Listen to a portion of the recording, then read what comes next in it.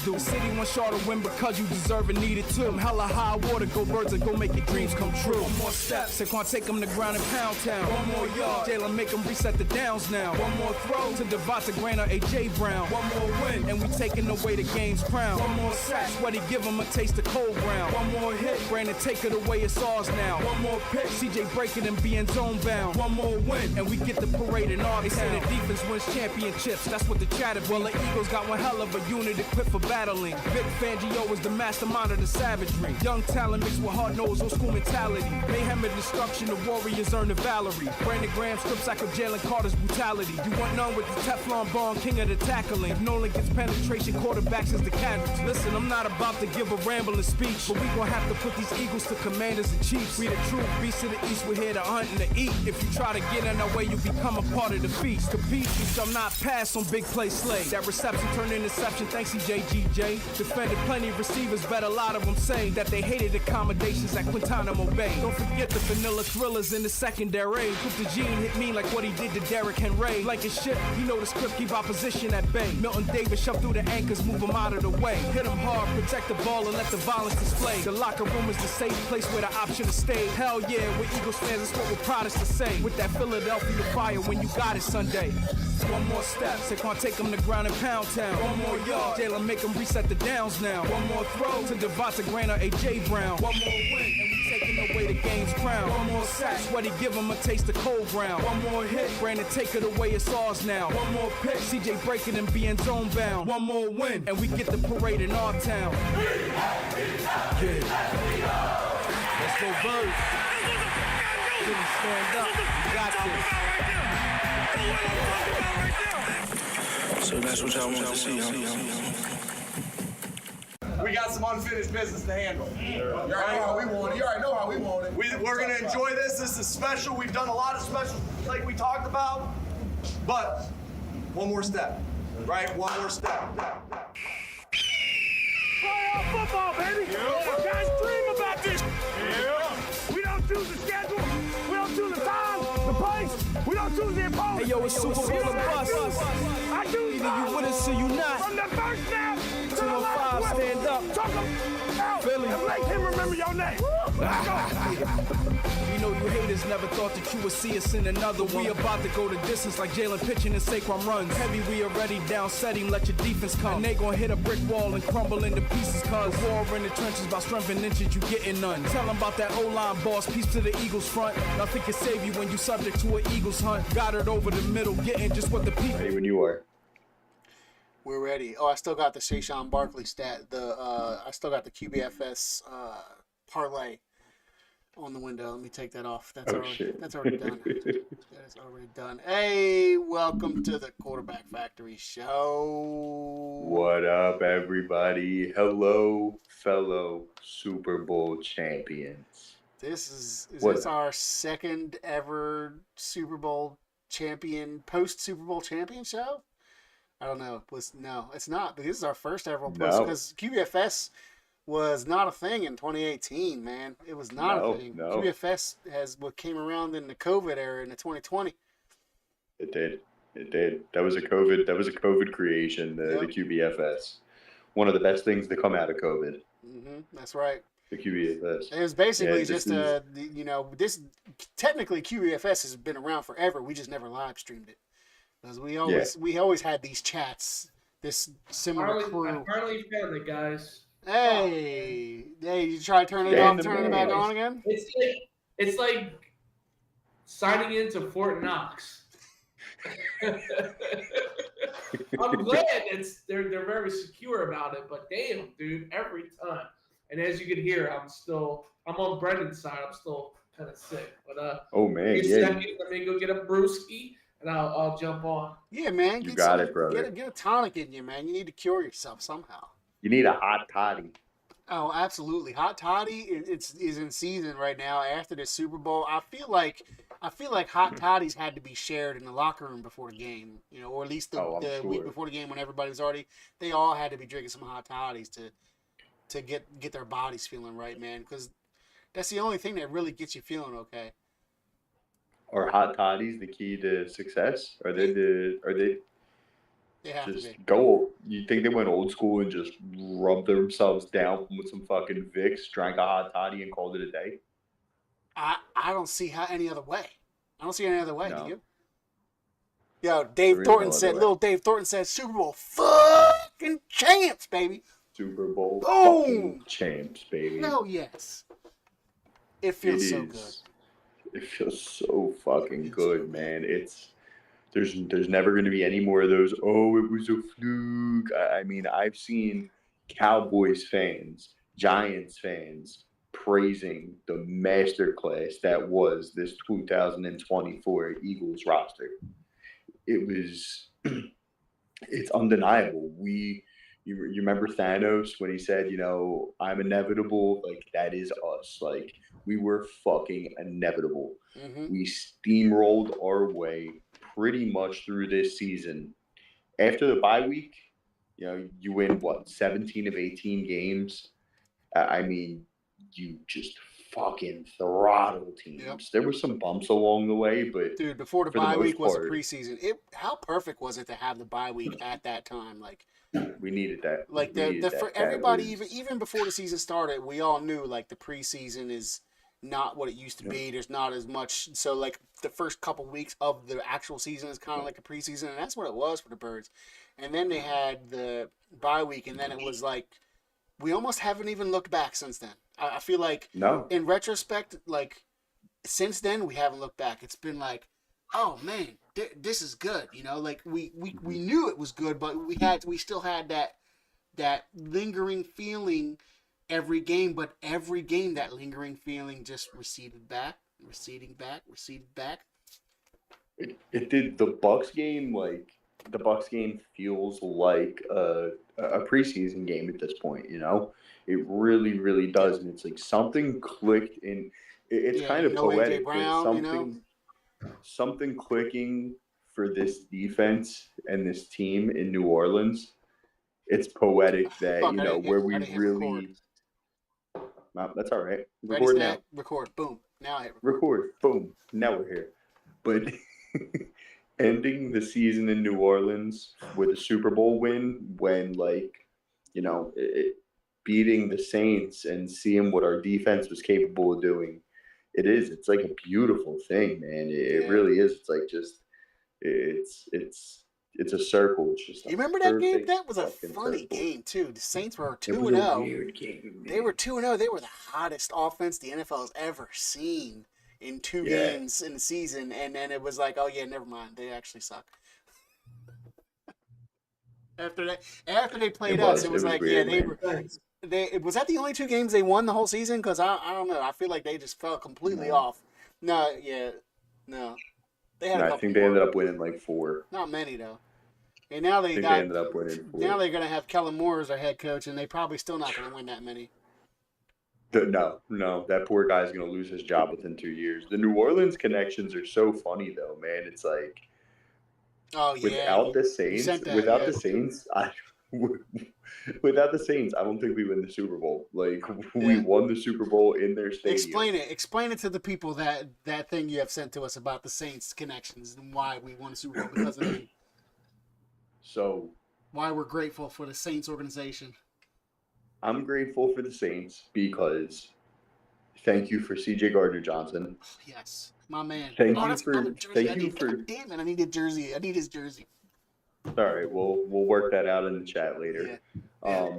Thank you for Zach Bond, and thank you for the picks that led to us being able to draft Jalen Carter, and some of the ammo that allowed us to draft or to trade for AJ Brown. So that draft, that's all from we got all of that directly from the Saints. It's fucking crazy. It's almost as great as giving us Saquon Barkley. Almost. Almost.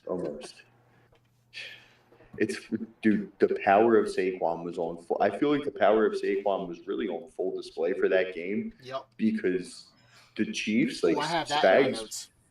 Spags literally he fully sold out on stopping Saquon Barkley. Yep. He did everything in his power. And when you have to fully sell out to stop Saquon Barkley, you're leaving Goddard and Smitty and A.J. Brown and Jalen's legs. Something ain't getting defended the right way. Did you watch the mic'd up? Did you watch the 40-minute mic'd up video? I didn't. You gotta watch that, dude. The NFL released it. That's not even like released by Philadelphia. It's released by the NFL. Like 41 minutes long, mic'd up Super Bowl. And one of the you saying that made me think of that. It was amazing. I watched it a couple nights ago, last night actually. I watched it last night, and one of the clips is the running back coach sitting down next to Saquon and telling him that he's like, because Saquon had said in somewhere in the middle of the game, Saquon was like, damn, that defense is good, because Saquon wasn't getting much. I don't think he got a good run until like the third quarter or something. He had got his first down. I think his longest run of the game was like 11 yards. Yeah, and that was like late in the third quarter or something like that. But yeah, he wasn't like down or anything, but he was just like on the sideline, kind of like surprised, like, wow, this defense, their defense is good. They're stopping me because nobody stopped him all year at all. Like, he hasn't got stopped this big in any game. Even in other games where people had sold out to try and stop him, it didn't work. This is probably the first time where they sold out to stop Saquon, and it worked in that regard, but not in any other regard, like you're saying. But yeah, Saquon had said that, and then there was another clip where the running back coach just sat down next to him, and he's like, all of this that's happening with the Eagles blowing them out, all this is because of you. Is because of you being stopped, because of you not getting much. There was a clip of him saying that to him. And Saquon, he's the leader that he is. You're absolutely right. It was on full display. My God, man. He is the Sirianni said it. He was like, I don't care about the player. I care about the man, the leader. And obviously the player is exceptional as hell. But the combination of the player and that leadership that he has is absolutely the missing piece, which is another thing that was said in that. Jalen said that to Saquon. Jalen was like, you're the missing piece, man. You're the missing piece to this. Like, I'm getting chills just thinking about it, man. If you haven't seen it, anybody who has not seen the mic'd up, 41-minute long mic'd up video of the Super Bowl, it's fucking incredible. It's like I want to go back and watch the whole Super Bowl again. And the 41-minute video of the mic'd up is like almost that. I want to somehow stitch it all together. The mic'd up plus the actual Super Bowl footage and stretch it all out. Oh my God. I might have to watch that after we get off of this, after we get off the pod. Because I got it. I need my fix.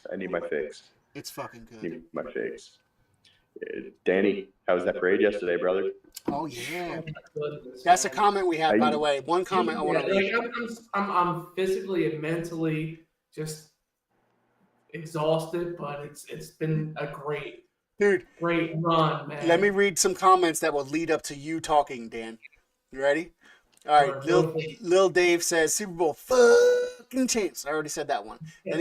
Then Lil Dave says, never would have guessed that blowout. And then Lil Dave says, and no one ever saw Brendan again. It's true. Brittany Rebecca is also watching this live video. She didn't comment. What up, Britt? She's watching. What's up, Britt? And then Dave says, what's up, Britt? He says, Britt. And then Dave says, this is for you, Dan. Anyone go to the parade? Last one I did was Phillies with Pup. I carried a case of Keystone Light and a hammer. That was in 08. Man. That was in 08. Dave was at a parade in 08. There's been 2 parades since then. Go ahead, Dan. Talk about it. Good. Jonas is here, but Dan, talk about the parade. What's up, Jonas? What up, Jonas? Dan was at the parade. He's going to tell us the experience right now. Well, besides having to leave, it was well more organized.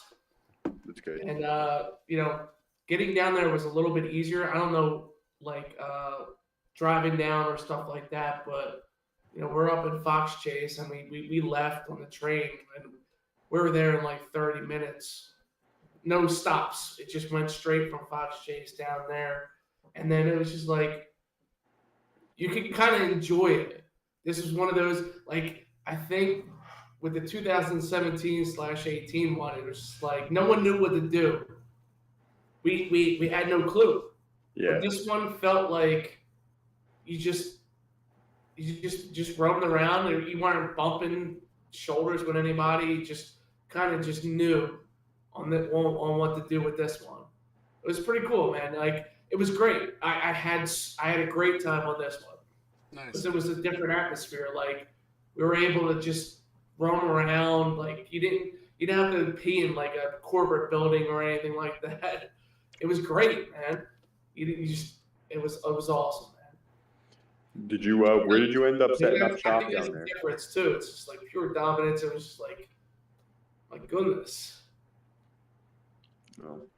Ask the question again, Sean.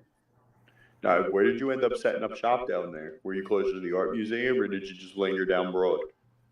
Yeah, we're on Parkway like most of the time. Nice. Oh, nice.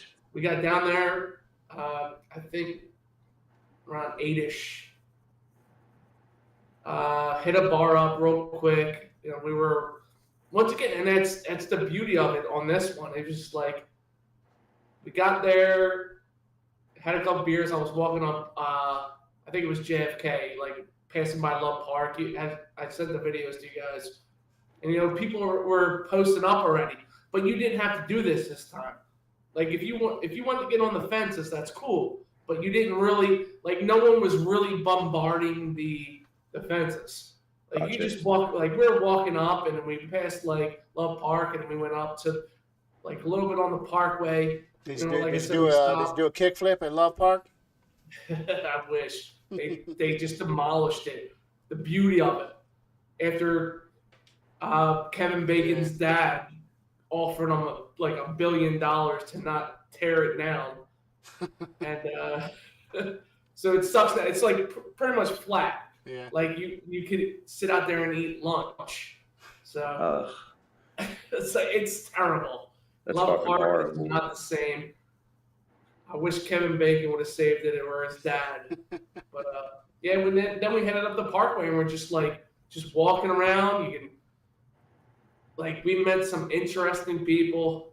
I'm sure you guys Oh were. my goodness, it was good. It was good, man. Did you see anybody else? Any more people dumping ashes all over the place? No. This one was like you had like I can't speak for the people that actually was up at the art museum and like the steps, but it was like this one was like we had a bunch of school buses going by, and then you didn't really know there were just we had the no family. clue who they were. The family And then, was the school buses. and then the buses, when the buses came, it was like, I seen the first float. You can obviously tell it was Jeffrey Lurie and Howie, and I think Hurts was on that bus too. Yeah, but after that, it was kind of like it didn't have the same grip as has the 2017 one. It was just like they went by. Granted, they did go on the street and stuff like that, but you couldn't really tell who was on these floats or the buses. Yeah, so. Unless you hit them with a beer can. Yeah, sure. Yeah, because I remember 2018. Like, wait, Danny, were we together in 2018 for that? No. We went down early to that one. We're same place. We're kind of there, but it was so much easier. I don't know if it was just. I don't know. I was with Brendan and Josh. For that one. Dave's got a good comment. He says he watched Pat Burrell catch a Miller Lite in his lap. How he should have learned. Didn't Pat Burrell have pretty good? Didn't Pat Burrell have his dog with him during the parade in 08? I don't even remember. I wasn't at that one. Dude. Do you remember Doug Peterson catching that one and pretending to chug? Hell yeah. Yeah, Howie should have known that was happening. Yeah, for sure, dude. Nah, listen, he bleeds for this city. Oh yeah, he's gonna use that as fuel. He'll use that as fuel, and I love it. That was the what a fucking quote! Oh my goodness! What'd he say? They already have T-shirts. Out with the "I bleed for this city" with Howie with the fucking thick shiner on his forehead. Yeah, man. Dude, that shit on your forehead got some shit on his forehead, Howie.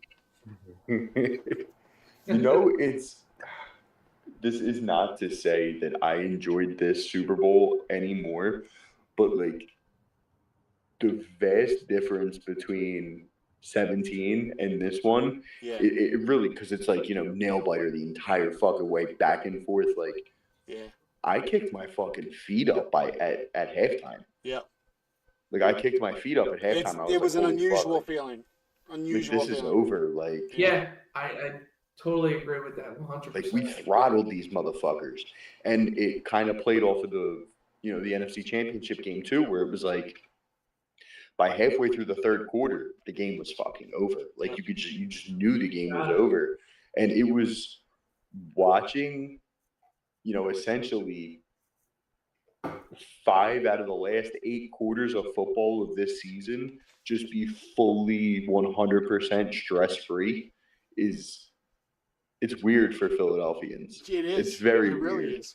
Like, all we can do is just be thankful. Like, you look at all the near misses and the collapses and the disappointments, just going back from my time with, the Flyers teams in the 90s and the Allen Iverson Sixers teams and the McNabb fucking Eagles teams. And it's like, it was always like, oh, fuck, here we go. Waiting for the other shoe to drop. Yeah. Oh, fuck, here we go. That shit isn't erased. That shit isn't erased, but it still lives in our hearts. It's just like, there's just one thing on top of it now. There's one little thing. Like, you know what?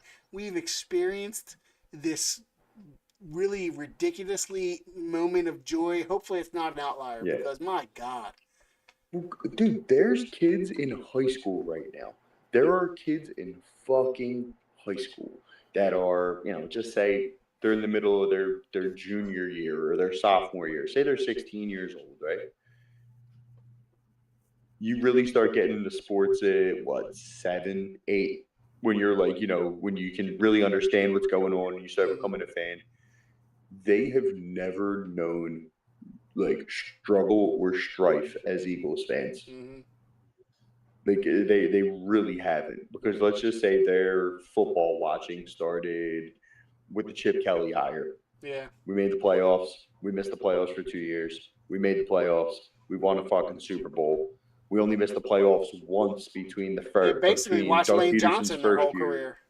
That's what I mean. Like, they've watched Lane Johnson, and it's fucking unbelievable. Yeah. Like, and they've got to see 3 Super Bowl appearances and fucking 2 titles, and I think we've made the playoffs 7 of 8 years or 8 of 9 years, something like that. Yeah. Like, they have never known heartache the way that we know heartache. And God bless them. God fucking bless them. Yeah. God fucking bless them, dude. So I hope that some level of positivity can be, carried forth with this next generation of Philly sports fans. Before we go with anything else, I want to know if you guys know this, but what the first time half show was in like the Super Bowl I? You guys know that? I actually do. You see that too? I do. I fucking do. I don't. Blanca? No. You don't? No. It was the Three Stooges. No way. That's awesome. It wasn't. Unless I've seen it wrong. It was. Now I'm going to Google it, you motherfucker. That they were jetpacking. Jetpacking? On the halftime show. I heard the fucking Three Stooges. No. I might be wrong, but I've seen where it was 2 people I just Googled it. I just Googled it, and ChatGPT says it was a fucking marching band. What the fuck? Well, you can't trust Allen Iverson, right? So let me look up Wikipedia. I can trust Wikipedia. Let me look too. Huh. University of Arizona Symphonic Marching Band. Yeah. Maybe it was that.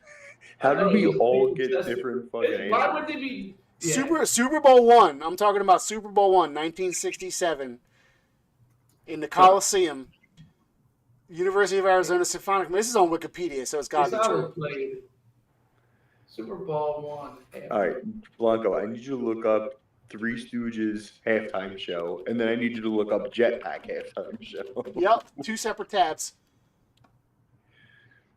When I look up Three Stooges halftime show, the first thing that shows up in Google results is Snopes article, so that means it's probably not true. Ah, fuck. All right. Well, I got duped. The first halftime show featured marching bands, jetpacks, and hundreds of pigeons. False. Was Mike Tyson there? Was Mike Tyson there in 1967? And clapping pigeons? I mean, it's the internet. We can make a meme out of that. I'm sure there already is a meme out of that. Oh, I'm sure. Good thing we're here. We're here. Jonas says, "Yo, what's good, fellas?" Oh wait, no, I scrolled up. All right, let me catch up on comments. I don't know who's still watching. Brendan was talking about some wild shit. He still got the flu. He's like talking about some conspiracy theory shit. Talking about Brendan got the flu. He's talking about Serena Williams doing the crip walk. He's talking about Serena Williams doing the crip walk, and Kendrick Lamar was wearing his size 29 women's pants, and I don't know what the fuck Brendan is on right now, and that's weird. But he's sick. I'm gonna give him a pass. Brendan's probably on so much NyQuil right now. Brendan's robo tripping. He's robo tripping. He is robo tripping. God damn. He is. And then Dave says, I took a train once to a parade. Where the hood at? And then he says, oh yeah, that was the Miller Lite one. He says, he said, funny Sean, what Sean said about McBad. The fact that Hurts doesn't start laughing when he messes up is everything. I hated when Don laughed at fails. Yeah, me too. Me fucking too. Cause it was just like I get like some people get like nervous and laugh and shit, but like brother, you are the starting quarterback for a fucking NFL team. You can't laugh when you throw 5 worm burners and then a pick 6. Like McNabb was captain dirtball, bro. If there's one thing I remember from McNabb being a quarterback, I mean, there's a lot of things I remember, but like that dirtball was infamous. That dirtball that he threw was infamous. We all remember that. Dude, I'm surprised fucking Peter didn't get called into the link with all the worms that he killed. Like it was fucking. Remember the remake of Godzilla when was it Matthew something? They tried to remake the movie. Oh God, Matthew Broderick when And he's searching for worms at first. That was that's definitely McNabb. I have a Mc. Wait, is that the one with the P Diddy song? The P Diddy song and soundtrack. I loved that movie. I do too. You? Yeah. Same here. I don't even think 7-year-old me liked that movie when I saw it in the theaters. I saw it at the New Orleans theater in fucking on Common and Buzzle. Wow.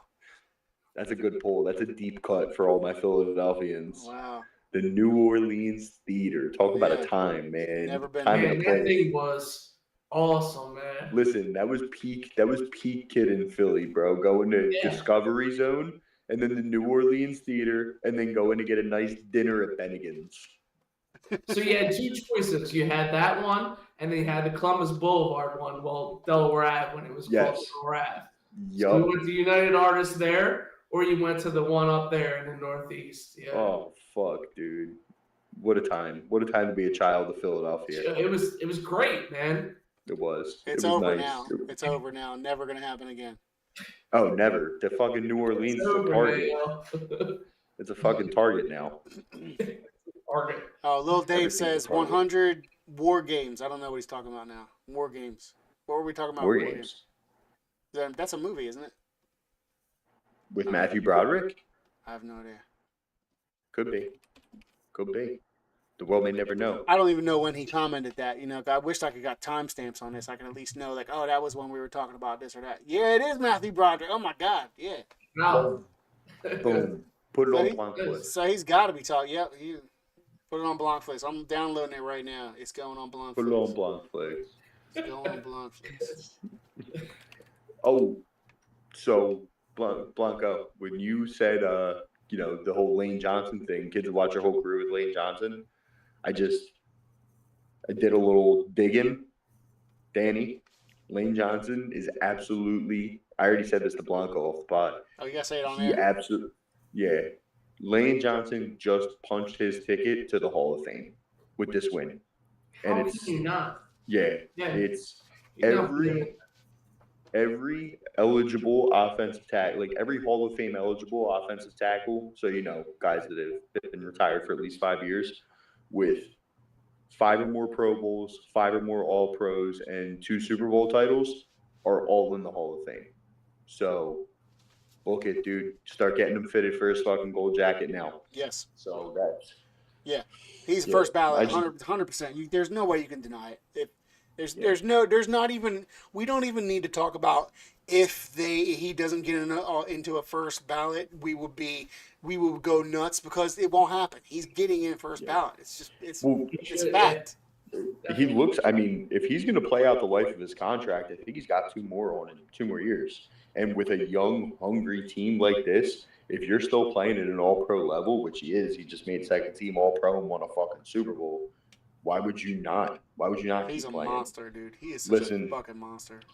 Lane could hang him up at the end of next year, and he'd still be an all-time great Philadelphia Eagle, number retired, going to the Hall of Fame. But it looks like he's got 2 or 3 more really good seasons left in him, I think, which is great because the urgency to draft his replacement.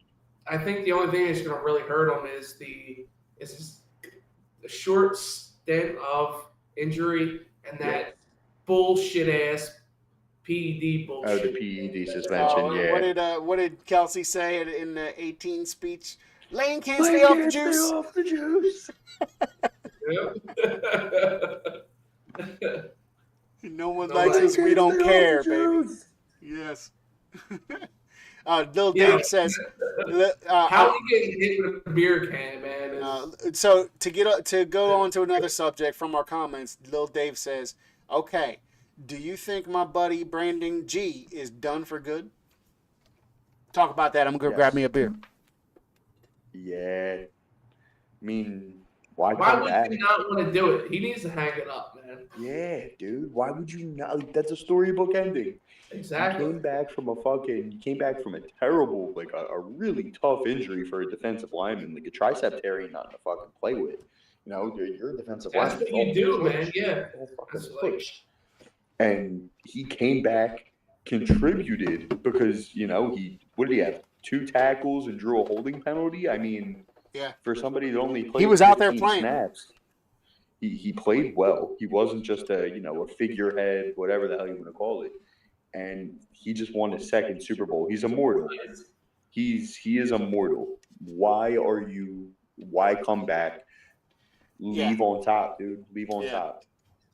I agree with that, but I know. What's he gonna want to do? He's on the fence. He's on the fence. Yeah. Well, it looked like he still had. I mean, he still has some juice in the tank as a part-time, as a rotational player. Yeah. Bring him back. But me personally, if I put 15 years in, I'm the all-time leader in games played, top 3 in sacks. I played in 3 Super Bowls. I have 2 trophies in the trophy case. I was able to mentor and bring up a lot of these young kids that are going to set the foundation for the future. You got nothing left to fucking prove, dude. You made tens of millions of dollars in your career. Oh, Pup says hi, ladies. Hello, Puppus. Dave has a response to that. He says, because he knows this team is in it next 2 years, maybe so more rings, and he's not that old. No, I get it. Well, I mean, he said even Ray Finkel got a ring. 37. He's gonna be 37 soon. 37 for a defensive end is fucking old. Ancient. I mean, he's just a little bit younger than me, and my God, I'm. You just put me in the dirt right now if you want me to go out there and be physical on a football field. No way. Just bury me. Yeah, he's got juice in the tank, but I just think he's got a beautiful family. He's a Philadelphia legend. If he wants to come back for 1 more year, I'm sure everybody in Philadelphia would love to have him back for a year. He's never going to leave Philly. Go out, he's never going to leave Philly. He's just a class act. Yeah. Of not even he just what he does for Philly is just like. Yeah. Can you imagine though? He's Philly Philly, you know. Can you imagine him like just being part of the franchise, like Brian Dawkins was for a while? Just I like, can see it. but like, can you Dawkins imagine has him been, just being like on the putting sideline, just talking shit back still, burner. You guys feel and that not way? going out there and play? What do you say, You Dan? guys feel that way? Is Dawkins like? Are we shoving Dawkins on to the side here? Nah. Or Nah. Nah. I mean, for me personally, as a kid growing up in Philly in the 90s and the early 2000s, Brian Dawkins will always be on my Mount Rushmore. And He will always be on my Mount Rushmore. And he led the way for a player. Like, every Eagle great that we have, especially on defense from after Dawkins, is going to be watching Dawkins tape and watching Dawkins film and going to be feeding off his energy. So, like, there's no way we can just, like, push Dawkins aside. Dawkins is the fucking grandfather of this team. Dawkins doesn't have standard. He's the father of this team. He doesn't have any rings, but there is part of the reason Dawkins' legacy should have a ring for it. Well, I think Dawkins does have a ring because he was part of the staff for the 18 team, right? Was he part of the staff this year? Yeah, I think you're right about that. Yeah. So that's good. Dawkins' legacy deserves these rings because Dawkins has set an incredible high standard for these players on this defense, and Dawkins is the only one who set that high standard. I mean, the only other kind of players you can say have set that high of a standard is players before our time, like the Bednareks, and that we all hear about from our parents, So and Dawkins is the prototype for what teams look for in safeties. Safeties that can cover like corners and tackle like linebackers. Yeah. That's Dawkins helped define the position for the next generation of this generation of football. And now we got Chalkins. And now we got Chalkins, from Dawkins to Chalkins. One half of the exciting whites. Oh, we got Dave says agree. He should have a statue. We're talking about BG. And Miss Lopez just joined us. She says, did anyone, I don't know if she just joined us, but she just commented. She says, did anyone get to go to the parade? And yes, she must have just joined us not long ago. So yes, we have one of us who was at the parade and another one of us who was at the Super Bowl who has caught the Super Bowl flu and is not with us today. That is our boy Brendan. He's still recovering from the Super Bowl flu.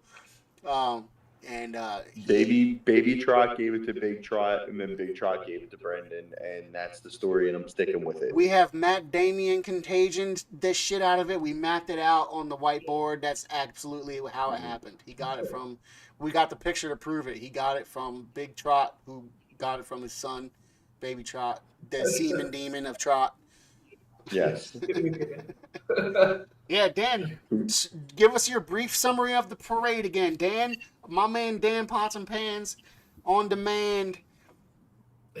I'm still sick from it. So that's a pretty good summary. I don't know where the fucking Super Bowl parade flu came back. I mean, this one was how can I say it? We fucking did it.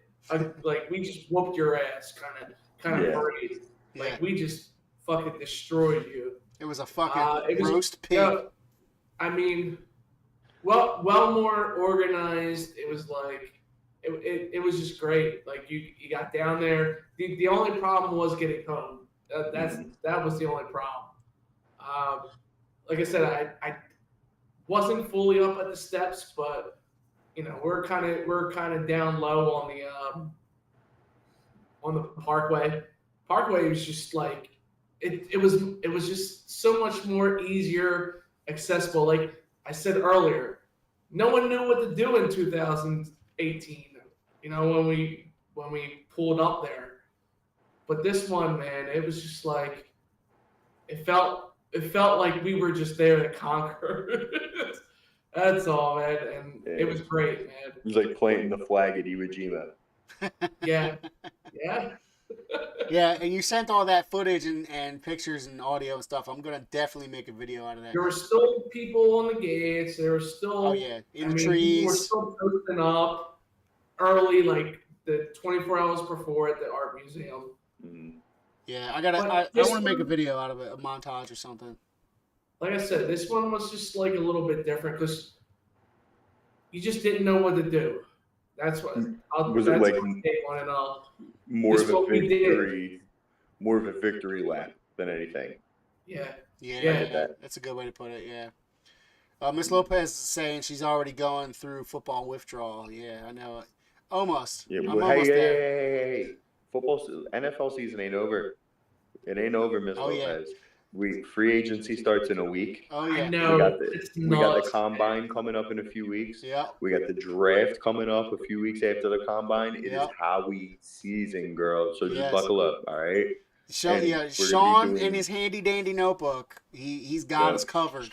Sean's handy dandy notebook has been putting in some work because I am looking at defensive tackles, defensive ends, tight ends, and offensive linemen as we speak. I'm going through everything. I'm going through them all right now. QBFS resident college football scout. Sean, Hoagie Dip, hate to see me come in Palumbo. I haven't had a good hoagie dip in a while, man, and I'm pretty ashamed. It's actually I was at Dan's house last time I had hoagie dip. You know what I think we need to do when we have our jersey our jersey swap meet? I think we need to have some hoagie dip, and I think we need some dry brine wings. Ooh, and let's make it a fucking potluck, baby. Yeah, we should make it a potluck. Yeah. I'll bring the French onion mac and cheese. Ooh. Yeah. I don't know if they had this last time though, but there was like giant TVs everywhere, and they were just playing the whole Super Bowl. I don't remember. I saw it on either. TV, but I don't remember that from the last one. But I attended the last one in person and then watched it. Yeah. Miss Lopez is asking what the weather was. She said, "That's cool. What an experience. What was the weather like? It was fucking cold. I know that day was cold. I know that day was cold as shit. I remember. It wasn't as cold as 2018. 2018 was brick. Yeah, you're right. It was the coldest day of my life that day. Yeah, that fucking sucked. I remember being cold. It was freezing, but this one, like when you're walking, as soon as we got the train and we were walking down, like it was like the sun's starting to pull up a little bit. Yeah. And you were like, oh, that's not bad.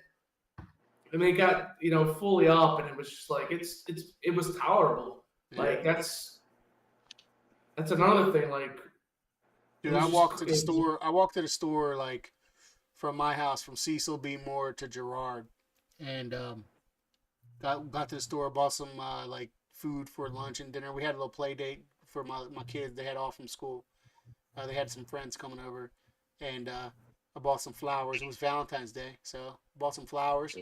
I bought little rainbow-colored roses for my two daughters. Bought some real red roses for my wife, and some other like red tulips that are supposed to open up. Hopefully, they open up. And I walked home, and I was like, "It's cold out here." I'm definitely more of a little bitch this year compared to 2018. But 2018 was definitely cold. I have a lot of pictures. In 2018, I lived in No Libs. And we walked, me, my wife, this is before any of my kids were born. Me, my wife, and her parents, we walked from No Libs straight down Spring Garden to the art museum area. We probably hung out around the same area you were hanging out this year, Dan. I was near the baseball field. I think we were kind of there too. On the edge, where Spring Garden kind of meets like the Eakins Oval part area. That's where I was. Yeah, that's a good spot to watch. That's a good spot to watch it from, though, because you get to see them come in, and then you get to see the procession go up the art museum steps and stuff. Yeah, it's a good spot. That would have been a good spot. I was just chilling on Broad Street last time. Me and Brendan had some liquid courage in us. I dapped up Malcolm Jenkins. I saw the Lombardi in person, and then we went to the nearest bar and started chugging Miller Lights. So, did I tell you all about the time I met Malcolm Jenkins? Well, I know I told Dan. Yeah. Nah, man. I don't know if I ever heard this one. I was on an airplane with him. Yeah? So, March of 20... It's before the Super Bowl, so it's like I guess it's the year before Super Bowl. Is off season, I think it was. Oh yeah, it might have been 2 years before the Super Bowl. So this is when he first signed his contract extension with the Eagles. Gotcha. So it was a while ago. It was before the Super Bowl. But yeah, it was off season. It was March, something like that. It was when I first met Serena. Literally my first vacation. Yeah, it was way before the Super Bowl. Because I met Serena in 2016, I think. 2015, 2016. Something like that. Don't quote me on that because my brain sucks right now. Or all the time. But do not let Serena hear this. Serena, no, she's listening to me right now. She's upstairs listening to me right. She can hear me, so she knows I'm a dummy. It's okay. She understands. You're in deep shit when you get off this podcast, brother. No, but we went to New Orleans.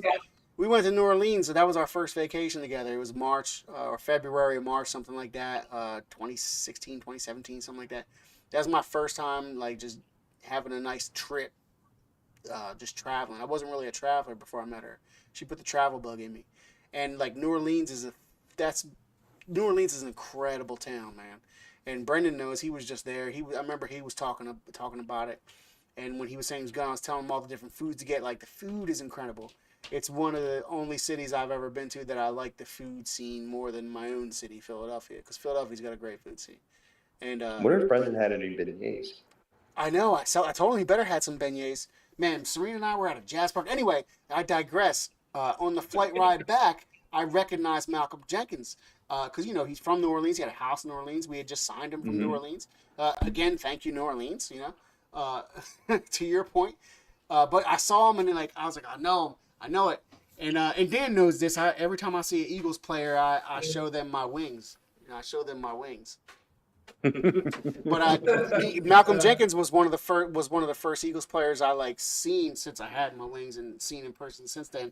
I saw him after the play. I was like, hey man, go Birds. He's like, hey, go Birds. I was like, congrats on the contract extension. He was like, thanks man. And I was like, look, check it out. I went like this. He was like, I'll see you. And then was like, all right, I'll leave you alone now. I feel like I'm being weird. I'm sorry. Right, babe? Remember that? She gave me a thumbs up. What year was that? 2016 or 2015? 2016, right? She came down. Yeah, 16. I was on it. I'm not gonna get beat tonight. We're just gonna see a stray bottle of Black House getting flung in his head. Chinese Black House. Only interaction I ever had with an Eagle is but I had it multiple times. Like I've had it probably like half a dozen times. Me and Jason Avant go to the same Walmart for our toiletries. And that's awesome. I'll randomly see him, and I don't make a big deal out of it. And I'm like, yo, go Birds. And I dap him up a little bit. We just go our separate ways. I've been seeing him on the TV more often. He's been a lot involved with the commentator and stuff. But and that's funny you say that because I randomly see Eagles players on airplanes for some reason. Because the second Eagles player I saw on an airplane coming back to Philadelphia, it was Trey Burton. I saw Trey Burton. Burton? Yeah, I was coming back from Florida. Yeah, AKA one third of the Philly special. The quarterback of the Philly special. Yeah, yeah. I was coming back from Florida. Another off-season trip, and this my grandfather had passed. They live in Tampa. I was coming back from Tampa, and I saw him on the plane. This was on the plane this time, and I saw him. I was like, go Birds. He was like, yeah, and I was like, look at my look. And it also this was, I knew it was college was happening. College football was happening. I know he's a Florida Gator. And I looked it up. When I saw him, I looked it up real quick. I was like, I knew they were playing. I was like, to see if they won or not. And I saw they had lost that day. I was like, oh, man, sorry, the Gators lost. He was like, it's all right. We'll get them next time. And then I showed him my wings. Yeah, I'm a fucking weirdo, dude. I don't care. Nah, it's all right, dude. I love it. I ain't going to change. Strike while the iron's hot, dude. Yeah. You got to fucking take your opportunities. Oh, my goodness, man. I mean, if I'm going to recognize any celebrity, it's going to be an Eagles player. You know what I mean? Oh yeah, for sure. I feel like this year it was just like I did so much shit for my old ass self. Like I went to Broad Street finally with my cousin for the NFC. with Blanco. So we went to Broad Street for the NFC Championship win. Like I never done that, so because we're at my cousin's house for the game. That was a fun experience. So that, and then we did the second parade, and then I went to. They call it, I guess I don't know where. I think they call it 5 points. So we're up Cotman and something, not your Cotman, but we're up in kind of like Fox Chase area. Oh yeah. We're fucking Varee, Cotman. Yep. Huntington Pike. This is my first time there too, and just that was cold. I was freezing out there. Did you go to the Max's? Did you go to the Max's and get yourself a cheesesteak? Yeah, this is 12 o'clock at night. I'm like, there's always time for a cheesesteak, brother. 6, 7, 8, 12 o'clock. There's always time for. Dude, the only late night cheesesteak spot I've ever been to in my life was Lucky's. It's been at the L. Where I'm getting it, it's just been a wild ride, man. This whole, and I've got Brendan's flu going on too. But I mean, mine's actually coming down. The only thing I'm congested right now. Oh, you got the evolved version, which is more mild because Brendan got it straight from the source. He's got the Super Bowl flu. You got the Super Bowl parade flu, which is it's you a little. Got the variant. You got the variant. You got the variant. Yeah. It's been a wild ride, man. You know what I think? You know what you need to do? You need to go watch the Super Bowl replay, and it'll act and drink a hot toddy, and it'll act like a booster. Yes. It'll knock that shit right out of you. Yes. Yeah, dude. Watch it. Just watch. I want to watch the whole thing again. I want to watch it just full. You guys want to actually no talk commercials. Football or? Oh yeah. This whole show that we've had so far just feels like it's a fucking victory lap. It's a fucking victory lap. It really is. That was the best. That was the best. Dan was talking about how the parade felt, and we all kind of have these same feelings of how it felt afterwards. It's weird. We don't really have. We've never had these feelings before, and I think victory lap sums it up. Victory lap absolutely sums it up. Man. It's so nice. It was a different feeling. It was fucking dominance, dude. The game was pure belt to ass, just like CJ Gardner-Johnson said. Belt to ass, dude. The whole fucking time. Just realistically, after that first fucking the BS penalty on AJ Brown, we kicked ass and took names. I have a thought about that. I have a note about that. I actually wanted to talk about that play. And talk about how I felt when that happened. And I want you to get into your notes. I want to get you to get into your notes. I know we got that. You got more notes to talk about, don't you? Yeah. Oh, I gotta we're going to segue right into this. We're going to talk about. I have 2 pages. The only football we're talking about is this football game that just happened and whatever spawns off of it. And I know Sean has 2 pages of notes. I want to get into comments. I want to say my thought about that because you just made me think of it.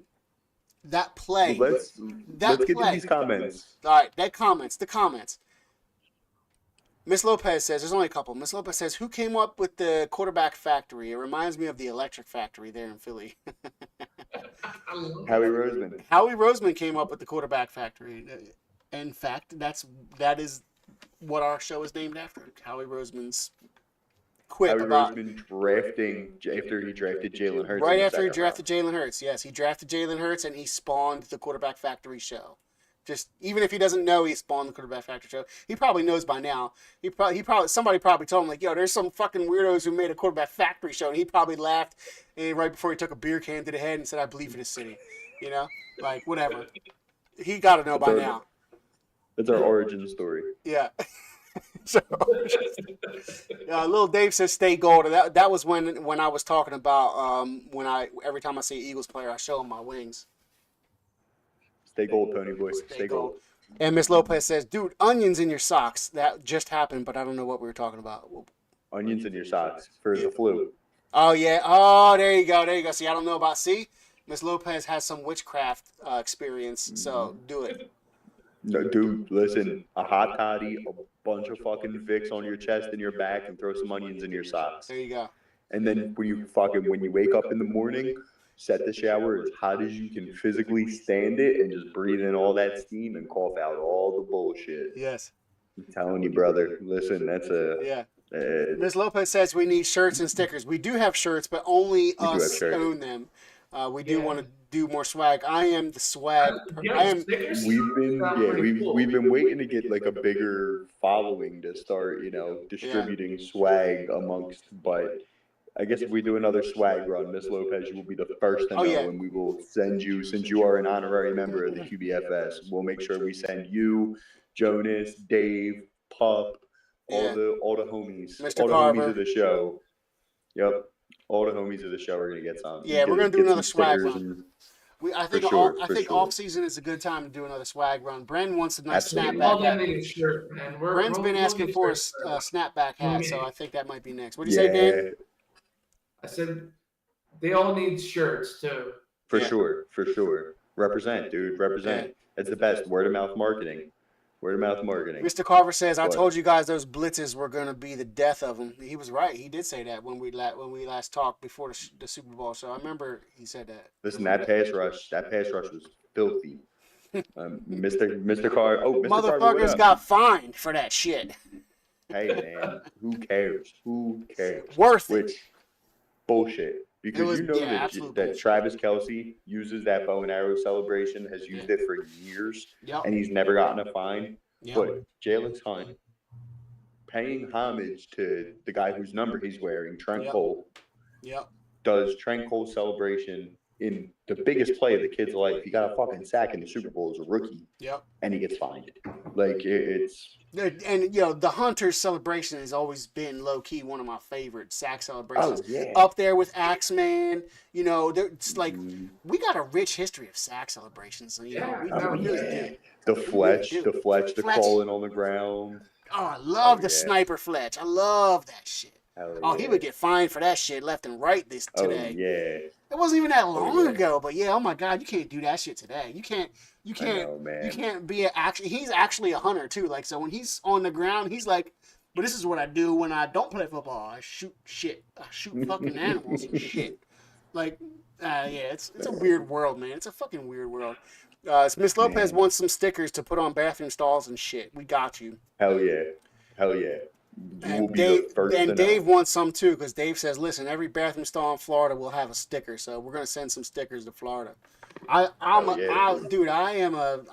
a swag-aholic. I do the swags. I do swag for my company that I work for, and I get paid for it. I don't get paid for it for QBFS, so that's fine. So I'll take some of that little extra money, and I'll put it towards QBFS swag. We love that. Love that, man. So my one point about the play, back to the Super Bowl. I want to talk about the Super Bowl a little bit more. And I know Sean wants to too. The game, oh my God. So we all know, oh man, I wish Bren was here too, because Bren could talk about his little viral moment he had. So if anybody hasn't seen, hopefully you didn't see that. Fuck that. Hopefully you do see that. That's how we act. Like the way Brendan was acting when that play happened. That's how we act when we're like. Imagine that was a home game in that row of where they were. That's exactly how everyone would be acting if that happened. The referee called a fucking bullshit flag on A.J. Brown for offensive pass interference. Everybody knows the play. That's probably the first thing when you think back right now, that's probably the first thing you remember of the first thing that happened in the Super Bowl. Eagles were driving. That was a bomb-ass play, and it was called back because of a stupid call. And look, I remember when it happened, and I had the same reaction Brendan had in that viral video. I was fucking livid. I was screaming. But like when I calmed down a little bit, I thought about it and I was like, wow, you know what though? That was a really good fucking play. And we will probably do it again. And from that was like so early in the game. It was still 0-0, I think. And that was our first drive of the game. And I was thinking to myself, like, after I calmed down from that stupid fucking call, I was like, oh, well, we're balling. We're balling, whether that call happens or not. The only concern is if there is more stupid fucking calls. Obviously, that's the only concern we had. But like, I had that thought afterwards. Once I calmed down, I was like, oh, we're fucking balling. We're gonna do that shit again. And I feel good. I felt good from that moment is when I started feeling good, and like and it got even it got better from there. It got even better after that. Mm-hmm. Yeah, that was the only time I didn't feel good during that game because it was just. I know. It was ass kicking. Everybody. I swear to God, I'm pretty sure I saw Brendan's video. I was like, yeah, I said that too. I said that same shit. I was cursing like inexplicably. I don't even think I knew what I was saying. I was probably saying words that didn't make sense because I was so pissed off, just like Brendan was. Yeah, Adriana learned at least 5 new curse words just on that play. Yeah. Dude, I had a couple. My kids were watching the game with me, and a couple other kids. Dude, oh, it was fun. Yeah, so much. I had a fun time. It was a fun time. But that was the low point of the game. That was the low point of the game. That was it. Kansas City didn't on their first drive. They didn't do anything, right? Yeah, nothing. Nope. They didn't do anything until the third quarter. 3 and out. They went 3 and out, which leads us into Sean's notes about this fucking game and Kansas City not doing anything. Mr. Carver says all I could think of was here the fuck we go. Yeah, when we saw that play. Go ahead, Sean. I just want to get that comment out. Go ahead, Mr. Carver. I think if you look at our group chat from that exact moment, I'm pretty sure all 4 of us had the same exact reaction. There was a whelp. Here we fucking go. Oh, and for you guys that don't know, we are definitely going to repost it. Brendan and I have both tried reaching out to the original, to the creator of the video.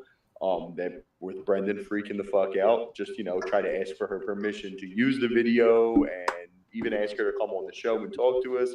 We haven't gotten a response back, so we're taking the video and we're going to use it for QBFS purposes. Yeah. So you guys will see it very, very soon. Back to the game. That 3 and out, and then the 3 and out by the Chiefs was the best drive they had for the entirety of the first half. Yeah. The best drive they had for the entire. They gained 9 yards. They gained 9 yards. I didn't even think about that. That's amazing. We had 10. We had 10 first downs before they had 10 plays. God. Jahan Dodson went into halftime with more yards than the entire Chiefs offense. I got Jahan Dodson in my notebook. I'll talk about him later though. I want you to keep going. It took the Chiefs 9 drives to get into Eagles territory. 9 fucking drives to cross the 50-yard line. I love it. It was fucking crazy. We sacked Patrick Mahomes 6 times, which is the most in Patrick Mahomes' career. The most. And we pressured him on 37% of his dropbacks. We didn't send a single extra rusher. 4 man or less every single time. We did not send a 5th pass rusher one time during the entire course of that game, and we pressured that man on 37% of his dropbacks, hit him 13 times and sacked him 6. We beat the shit out of him. Just thoroughly. That is one. That's another reason to watch the mic'd up. There's a cut that they do to the defensive players of the Chiefs on the sideline, and they're like, damn, they're killing Pat out there. Like one of them's just saying that on the side, like, oh man, like you could just see it, and it's like, oh man, like they're killing your hero or something. It was just Sweat and Nolan Smith, just bombarding them. Oh, yeah. I mean, it was just, they hassled them all night. Credit Fangio for just like you said, Sean, it's like, when you're rushing only three hits or 4, man. Do you know what it is, too? It's that, when you have a guy like Jalen Carter in the middle of that defense who is commanding a double team at all times, that's leaving everyone else one-on-one. Yeah. And you can't afford to peel a guy off to help someone else. So you Josh Sweat and Milton Williams and Jordan Davis and Nolan Smith and fucking Brandon Graham and Jalix Hunt. When you have the depth that we have to where you have, you got to double team Jalen Carter, and then you have 6 and Moro Ajomo. You can't leave him out. When you have 6 or 7 guys that can all rotate in and can all put heat on the quarterback and can all win their matchups with fresh legs, and Jalen Carter can just sit in the fucking middle, collapse the pocket, and eat up 2 blockers, it changes the entirety of your defense and your pass rushing ability to where you can drop 7 guys in the fucking coverage and just get home consistently with them 4 guys. That takes away so much of the field. And not only that, but it rattles the quarterback. You know, you get hit 13 times throughout the course of a game, you start seeing ghosts. You start seeing ghosts. Yeah. So I think the craziest stat out of all of the stats is that, you know, Blanco and I were talking about EPA per play and DVOA, which are like advanced metrics, and they take into account, they take into account, it's kind of like a quarterback rating, but for the entirety of an offense's efficiency or a defense's efficiency. This was a 1 percentile game for the Chiefs offense in EPA per play and offensive DVOA, which means, like, you know, if there was 500 and something football games this year, that was in the bottom 5. So think about all the fucking games you've watched with Tommy DeVito and fucking Deshaun Watson and whatever fucking slop these teams are throwing out there on a week-to-week basis, backup quarterbacks. Like, that was one of the 5 worst performances by a quarterback in a game this season. Nice. That's how bad we whooped their fucking ass. Roasted his Think ass. about how bad you've seen Daniel Jones fucking play in a game. This was worse than that. And then realize that it was worse than that. That's amazing. That's crazy, man. Like, that is amazing. That is not a slight on Patrick Mahomes. That is a testament. That is a testament to our defense. Yeah. Did you guys see the video of Travis, like, putting his hands up? Like, what the fuck? Oh, yeah, dude. Oh, my God. That's my quarterback, man. And he didn't even block. He was fucking sitting there. Like, just... He's done. He's been done playing football since this year started. What are you doing, man? Since he started dating Taylor, he's done football. He don't need to play no more. He's good. Yeah.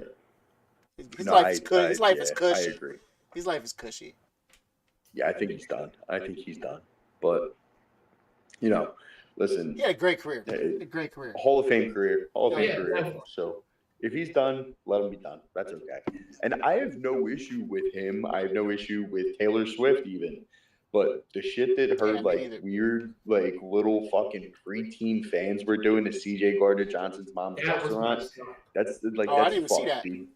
No, so apparently the Swifties were leaving like all 1-star, like, terrible reviews on CJ's mom's restaurant. Wow, I did not know that. Okay, now it all makes sense now why he was wearing that shirt. Now the Swifties can definitely. All right, I'm getting the CJGJ jersey. I mean, I already knew I was.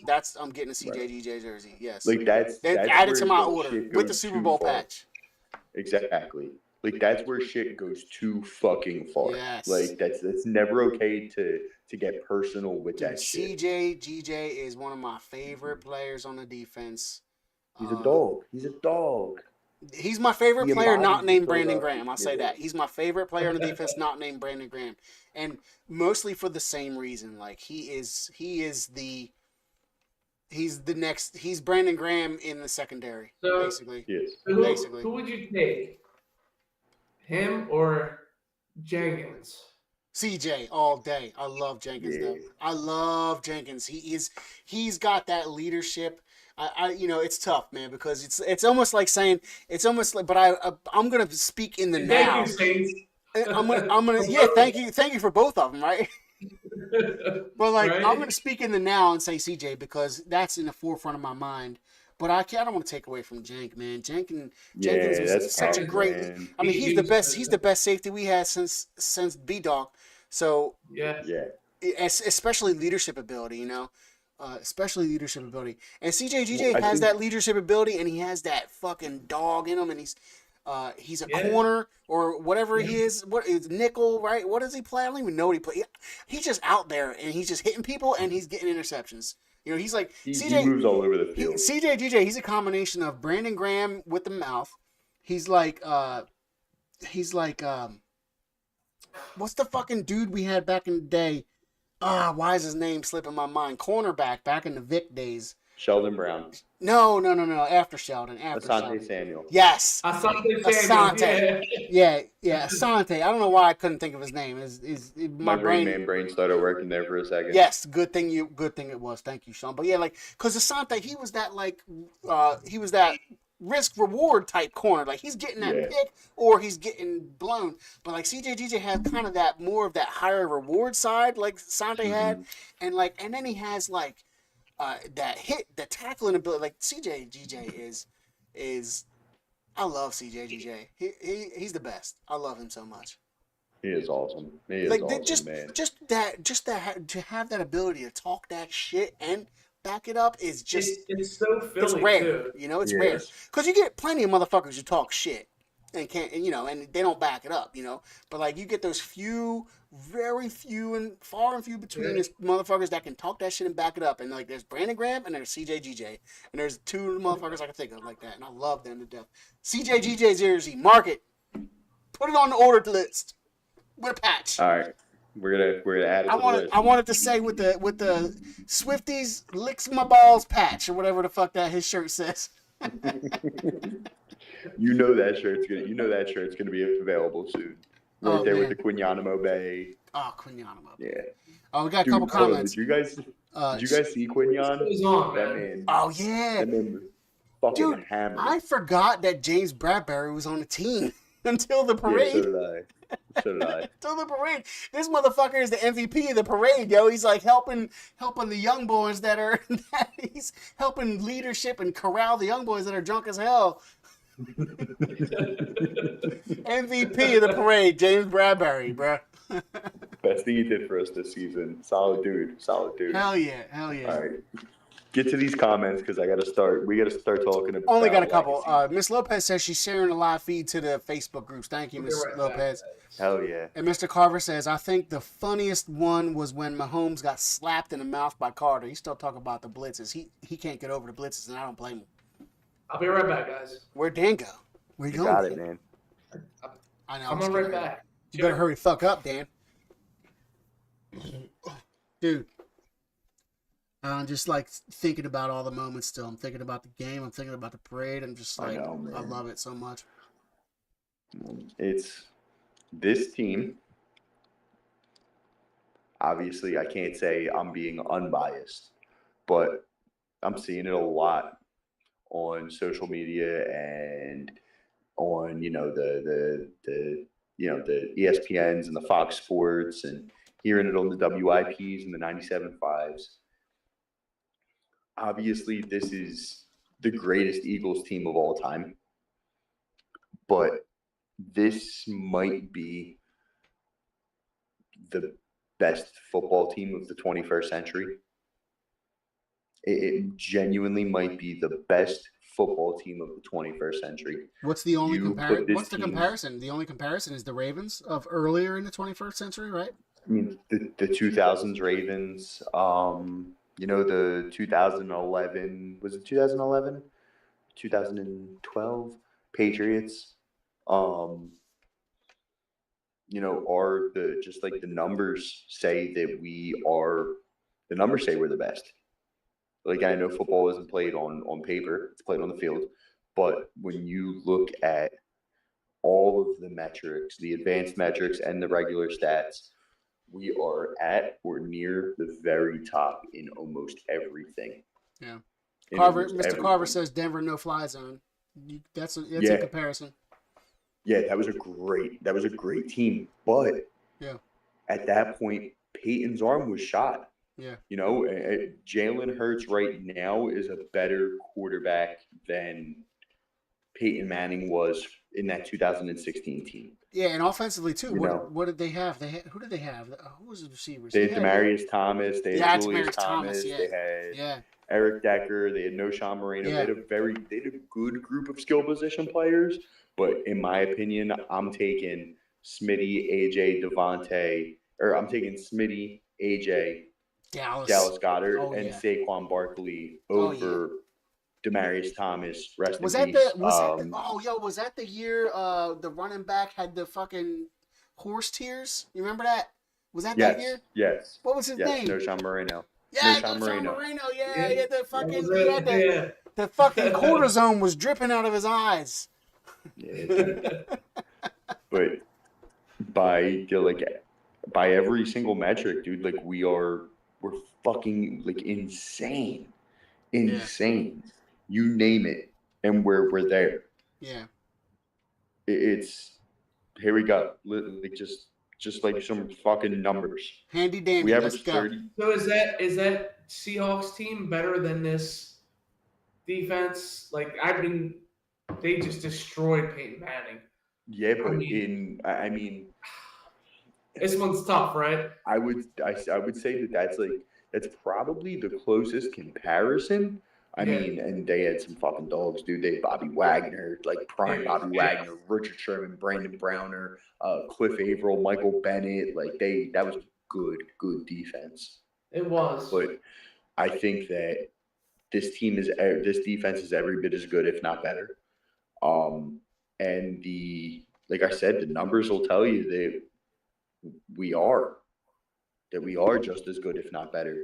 I mean, this defense, the starting defense gave up only 15.2 points per game. And when you count those last two garbage time touchdowns, that number only jumps up to 18.6. With 13 turnovers and only one giveaway. That's a plus 12 turnover differential to go along with 16 sacks. 16 sacks. Jalen Carter tied Aaron Donald. This is a man in his second year in the NFL. He's 22. Tied Aaron Donald for the most pressures ever in a postseason by an interior defensive lineman. I mean, at 22, he's doing that. It's crazy, dude. And we weren't doing this against scrubs. We weren't doing this against, this wasn't a cakewalk. All four teams that we played during this playoff run were top 10 in what they call DVOA, which is, a combination of it's like 25 different fucking things. It's essentially how efficient and effective is your offense throughout the course of a game. And all four teams we played were in the top 10 offenses in DVOA. So we weren't playing bullshit fucking teams. We weren't out here beating on cupcakes. Yeah. The NFC was good. The NFC was strong this year. You had I think every playoff team in the NFC outside of the Bucs who, won the NFC South had 11 or more wins. I mean, that's impressive as hell. Yeah. That's impressive as hell. And we had a plus 68 point differential throughout the playoffs. The only two teams who've ever had a better one since, we started tracking this shit are the 2000 Ravens and the 2002 Bucs. And the 2000 Ravens and the 2002 Bucs weren't putting up 36.5 points per game, over 200 rushing yards a game, over 360 total yards per game. Yeah. They were deep. They were heavier on defense than offense. So how do the games were like 20 points or lower? Exactly. Did they win those years too? Did they win the Super Bowls those years? Yeah. They did. Yeah. 2000 Ravens and 2002 Bucs. Yep. Is that the year? Is that the year that Ray Lewis retired in 2000? No. That was Ray Lewis in his prime. They won. Yeah, they won won again after that, and he retired on that one. Yeah. I remember he went out. Yeah. He went out after I knew it wasn't. That was too early. I remember he went out. He won the Super Bowl and then retired the following year. But yeah, whatever. Fuck them. Yeah. Yeah. It's like that red light video. Fuck the Chiefs. Go Birds. Yeah. Go Birds. Oh Go yeah. Birds. Yeah. We're gonna be posting that one too. Oh, that was a sneak peek. Yeah, that was a sneak peek. Mr. Carver says this group will stay together next year too. Talking about the defense. And that's the beautiful 3 years. You get 3 good years to win multiple. Well, Yeah. Jalen Carter, Nolan Smith, Jalix Hunt, Mauro Ijomo, I love Jordan Jalen Davis, Hunt. Reed He's in my Blankenship, C.J. Gardner-Johnson, Quinyon Mitchell, Cooper DeJean, Smitty, AJ, Mailata, Dickerson, Lane Johnson, Saquon, Jalen Hurts, Dallas Goedert are all under contract for next year. And I think all but Blankenship and Juergens are under contract 2 years from now. And then, that's almost a whole defense. Yeah. And I mean, realistically, Howie's going to throw the bag at Zach Bond and probably at that. You got it. Yeah, I'm thinking he's going to probably, because if you look at the five main free agents we have with Milton Williams, Josh Sweat, Zach Bond, Mekhi Becton, and Isaiah Rodgers, we're probably only going to be able to afford 2 of them because you got to keep room for draft picks. I think we can roll with the rookies, man. I think so too. I think so too. And I think Noel Smith and we can afford being Super Bowl winners. We can afford to not be the highest bidder. You know, we don't have to be the highest bidder. That is also true. It might be gone. But Mr. Carver says you think we re-sign Bond, and it's up to Bond, I think. But yeah, we do. He's definitely going to get a nice contract for sure. I'm thinking Bond's going to get something like 3 for nice 40. Enough. Yeah. Yeah, I'm thinking nice enough you're looking at 12. He's priority number looking one. At $12 million a year. Yeah. 12 to 14 million a year range, I think, because that's like the going rate for like the top flight linebackers. I think Roquan Smith is the exception, and he makes like 18. But I'm thinking like 12 to 14. He's probably gonna get, and then Mekhi Becton is probably gonna get something similar. And at that point, we're not gonna be able to. Listen, Josh Sweat and Milton Williams just earned themselves fucking $18-20 million annual contracts. Yeah. Go get paid. Go get paid somewhere else, and don't win the Super Bowl next year. Yeah, but you can't go to keep San Francisco. Like Dude, San Fran, Dallas, they're gonna want to poach. You know, like I don't know. Dallas is stupid. They'll probably overpay. Have the fucking money. Dallas they don't. They wish they had the money. Dak Prescott's got like an $80 million cap hit this year. I love it. Dude, music to my ears. I think Dak Prescott, Zach Martin, Trayvon Diggs, and CeeDee Lamb are legit like 40% of the Dallas Cowboys' entire cap space. Like 4 players are like over 40% of their cap space. I love Jerry Jones. I love him so much. It's fucking crazy. Jerry Jones. Jerry Jones and the Howard Johnson Motel, the Hojo Motel, baby. Sitting in the cock chair. It's fucking crazy, man. Oh man. So what do you guys think? Do you guys think this is not only the greatest Eagles team of all time, but maybe the best team of the 21st century so far? Oh yeah, I mean, I think greatest Eagle of all time is inarguable. You can't even there's no argument there. They're 100%. This is the greatest Eagle team from top to bottom, the entire roster, every starting position. Mm-hmm. I mean, sure you could make a few things like, oh yeah, I'd rather have Brian Dawkins in it. I would love to have Brian Dawkins this year, obviously. But like togetherness, like as a team entirely, like when you compare team to team, like it's bar none. There's no way you can say this is not the best team of Eagles history. Yeah, you might have some old heads chime in with that 1960 team with. Who was it? Norm Van Brocklin. And you know what I would say to that? I would say, I wish I could have witnessed that. I wish I could have witnessed that. Me too. But at the same time, I don't wish I could have witnessed that because if witnessing that means I have to wait so fucking long to witness this next one. And I would say to this, thank you for your service, you longtime Eagles fan. My goodness, you must have endured some shit. Because I know I've endured some shit, but like if you were alive in the '60 championship, goddamn. In the room, in the quarterback room, or some room. Is it a room in the Hojo? Does the room have a chair? Listen, with all due respect to Concrete Charlie, but I would love to see him try to cover Saquon Barkley out of the backfield on a wheel route. Yeah, but listen, man. Look, it's different times. Different times. Dude, let's get that going in Madden. Let's get that going in Madden. We should. Well, no, they took out fucking classic players in Madden. One of the few things left that they had fun. Hold on, guys. I'll be right back. It's like when can the Eagles finally get their props? Like I hear the same shit over and over. I gotta get me another one of these. Oh, nice trophy. Dude, that is awesome. I guess I gotta get me another one of these. I need one. I need two now. I don't have any. This one commemorates 52. Oh, I need two trophies. Down. I should have had this with me the whole fucking time. Yeah. Dude, you need two. What the fuck, man? I know, man. I know. I'm on it. Don't worry. I'm on it.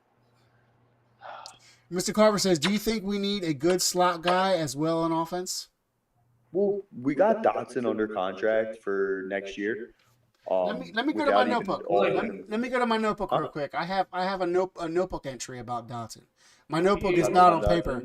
My notebook is not on paper. My notebook is digital.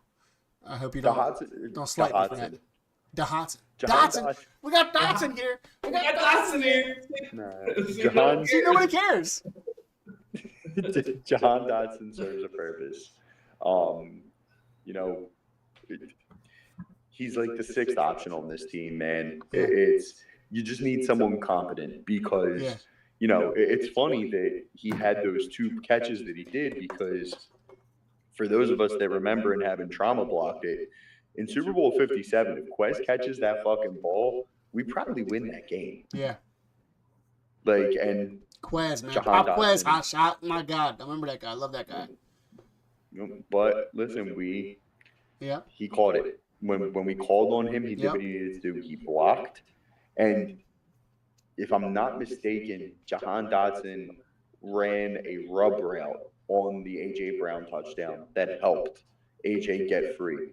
I think it was Goddard and Jahan Dotson ran,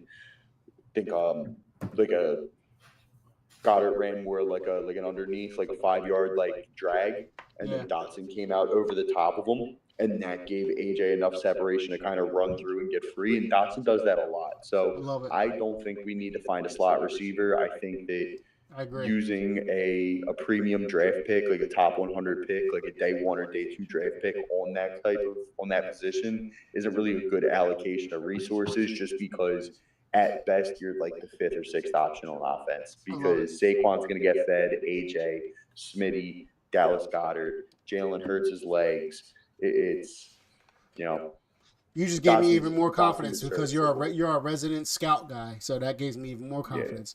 But I have my note about Dotson. My note about Dotson is simple, but it plays right into this. Is one of the reasons why yes pro Dotson. He barely got opportunities this year. He didn't get very many opportunities the whole season, right? Got a couple. Barely a handful of opportunities this season, right? And the very last game of the season, which happened to be the Super Bowl, he gets a couple opportunities in this game, and they're big opportunities, and he makes them. And I think that right there should be the reason why, yes, for Dotson, don't care about the numbers, I don't care about the totality of his numbers. What I care about is this motherfucker was available all year, and his name barely got called, but he was ready for it when it was called every single fucking time. And 100% especially at the end in the Super Bowl, like all year, this motherfucker kept it. All I say is that has to speak to his work ethic. He, behind the scenes, without anybody watching other than his teammates, he's working his ass off because he's next to A.J. Brown and Devontae, and he's there in the Super Bowl and made some big ass catches. Like, wow, almost out of nowhere. If you didn't watch the Eagles at all this year, you'd be like, who the fuck is Dotson? I thought he was on the Redskins or some shit like that. That's probably what you would have said. And like, this kid he ain't a scrub. He's a first round pick. He's a first round draft pick. And bro, I think he had like 1,400 yards and 12 touchdowns his first 2 seasons. Like, he's not just like a random 5th rounder who's happy to fucking be here. Yeah, to take a back seat like that and keep the work ethic up like that. that is the story of the fucking season. Yeah. It is a bunch of guys all keeping the main thing the main thing. Jalen, baby. It all comes back to my quarterback. Yep. And Sirianni might not be the world's greatest X's and O's guy. Sirianni might not be the fucking, the master game planner when it comes to scheming up an offense, but he has obviously a knack for letting these guys, he's a player's coach. For leading these guys and everyone getting on board with being selfless and doing what's best for the team. Yep. And it's like, hey, listen, Smitty, 1 week you're going to eat, and then the next week you might get 3 targets, 2 catches for 14 yards. AJ, you might go 2 weeks and get fucking 5 targets. But it's the truth. You might get fucking two catches over the course of 2 weeks. But then here you go. In the NFC Championship game in the Super Bowl, I think AJ had like 14 receptions for 140 yards and 2 touchdowns in the 2 most important games of the season. Yep. It's and the fact that everybody was able to stay, high morale and motivated and keep the main thing is a testament to the leadership of Nick Sirianni. You know what I heard too was they were really upset about this 3-peat kind of thing. They kept throwing it around. That was motivation, man. Hell yeah, it was. They kept throwing it around like, yeah. Let's fucking they already had fucking contacted Pat Riley over a week before the game was even made about using the licensing. Yeah. That's dude, you guys both. Well, Dan, I think you did watch it, but Sean, you gotta watch the mic'd up, dude. I will. When you watching it, because it's mic'd up with both teams. It's mic'd up with both teams, and when you hear before the game starts, like when they're all like trying to be hype or whatever, like you can hear it in their voices. Like you can hear the Eagles when they're hyping each other up. Our team's hyping each other up. You understand what they're saying. Like you can hear it in their voices. They're fucking serious. And then when the Chiefs are like, like we've been here, we do this today. Like they don't sound like they wanted as much as they definitely don't sound like they wanted as much as Eagles because they didn't. But like I think in hindsight, this is all hindsight, obviously, but you can still hear it. Like, Well, when they came out, like when Bradley Cooper and his kid. You just knew off the bat, man. And energy was high. He did that, and the crowd, like it was a home game. Yeah. And then I forget what they ran out to for the Chiefs, but it was like something not like you didn't get hyped from it. Yeah. Mm-hmm. It was like all from the start was like, we're taking this, man. All the energy, all the momentum was on our side. Energy. That's good word. Energy was like there from the start for the Eagles. We were hungrier. Oh yeah. Yeah. And what does Stoutland say? Hungry dogs run fast. That's right. Stoutland. That guy is MVP. No one even talks about him either. I heard him talking on the radio the other day. They were talking about how the assistant coaches at that level there's no Hall of Fame for them. And it's like, God damn, if there's anyone who should get into the Hall of Fame at that level, it's Jeff Stoutland. Put him on the wall. Like, put him on the Eagles Wall of Fame. Oh yeah, he obviously is. Dude's that's what that's what we have to like cherish. We need, like, we get the Jim Johnson, right? We got Stoutland. What happened to Sean? Oh, there you are. You're back. And I'm back. My video froze up and got all fucking fuzzy for a second, so I had to cut out and come back. You're back. We need to get you back again because it's all discombobulated. But no, you're good. You're good. But what I was just saying was like, the Stoutland, the Jim Johnson in the past, and now we got Vic. Like, he's staying, right? Like, oh, that's great. So it's fine that Kellen Moore is going to come here and leave. Kellen Moore was great. Kellen Moore was it